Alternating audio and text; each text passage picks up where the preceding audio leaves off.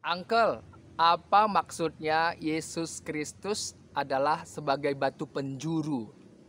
Nah, saudara, ini adalah satu bahasa kiasan ya, bahasa kiasan, tetapi memiliki makna yang dalam. Dan hari ini saya akan menjawab, saya Uncle Mandil, ya, orang yang percaya Tuhan Yesus Kristus, imanku dalam Yesus Kristus. Dan hari ini Uncle akan memberikan jawaban, tanggapan, apa yang dimaksud dengan Yesus Kristus adalah sebagai batu penjuru. Nah, saya akan buka firman Tuhan di dalam Efesus pasal 2 ayat yang ke-20. Apa yang dikatakan di sana? Efesus pasal 2 ayat yang ke-20. Yang dibangun di atas dasar para rasul dan para nabi dengan Kristus Yesus sebagai batu penjuru. Tapi kalau kita lihat di ayat yang sebelumnya, yaitu ayat yang ke-19, di sana kita adalah anggota keluarga Allah, ya. Kalau kita lihat di sana, anggota keluarga Allah.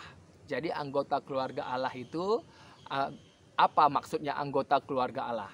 Artinya orang yang percaya, orang yang imannya di dalam Tuhan Yesus Kristus, ya. Jadi orang yang menerimanya sama seperti yang dikatakan di dalam Yohanes pasal 1 ayat 12, orang yang menerimanya, orang yang percaya, orang yang menerimanya, nyanyi ini siapa? Yaitu anak tunggal Bapa, Yesus Kristus.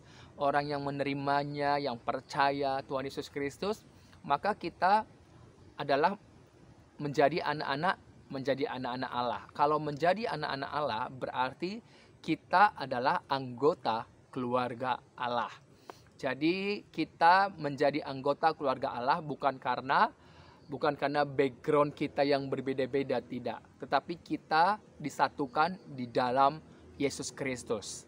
Nah, di dalam Efesus pasal 2 ayat yang ke-20, yang dibangun di atas dasar para rasul dan para nabi, ya, dengan Kristus Yesus sebagai batu penjuru.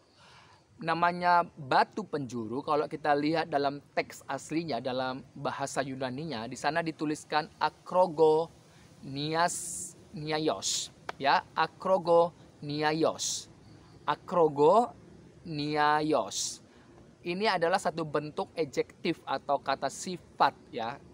Kata sifat batu penjuru ini bentuk atau morfologinya itu kata sifat. Jadi arti dari kata akrogoniaios adalah batu yang ada pada sudut. Nah, jadi batu penjuru itu bisa dikatakan sebagai batu pertama yang diletakkan dalam pondasi suatu bangunan, di mana fungsi dari batu penjuru itu adalah menentukan keseluruhan struktur bangunan. Karena di dalam Efesus pasal 2 ini, itu kita dibangun di atas pondasi, di atas dasar, yaitu Yesus Kristus sebagai batu penjuru.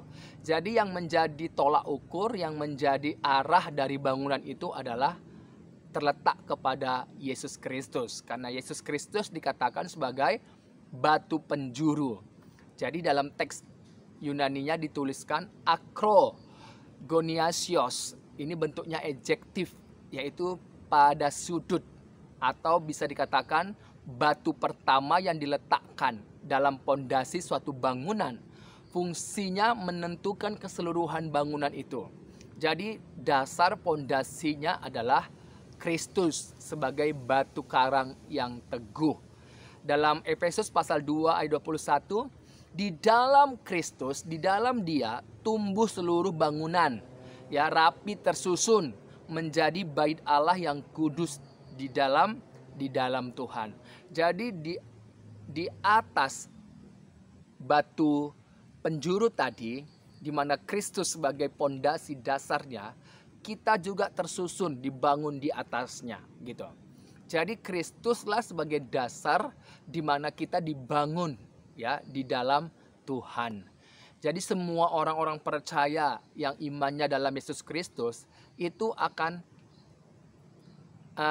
bahasa kiasannya bagaikan batu-batu yang tersusun rapi, ya, di mana yang menjadi patokan arahnya adalah Kristus Yesus sebagai dasar, sebagai batu penjuru tadi. Ya, ini dia saudara. Jadi saudara mau ibadah sebagai orang Kristen Ortodoks, orang Kristen Katolik, orang Kristen Protestan, bukanlah satu ukuran. Label nama-nama yang berbeda-beda bukanlah satu ukuran. Tetapi kita semuanya sama oleh karena iman di dalam Tuhan Yesus Kristus. Jadi yang menyatukan kita bukanlah merek dari gereja, tetapi iman yang satu, yaitu Yesus Kristus. Dan iman inilah yang ditulis, yang diberitakan oleh para rasul dan para nabi. Jadi para rasul, para nabi juga menuliskan iman di mana Yesus Kristus sebagai dasar kita, saudara. Jadi ini juga yang dipercayai oleh, yang disampaikan, yang diberitakan, yang disaksikan oleh para nabi dan juga para rasul. Jadi kita berpatokan kepada Yesus Kristus dan apa yang disaksikan, yang diberitakan oleh para nabi dan para rasul yang ada di dalam Alkitab, dalam firman Tuhan. Ya, Tuhan Yesus memberkati saudara. Salam dari saya, Uncle Mandil.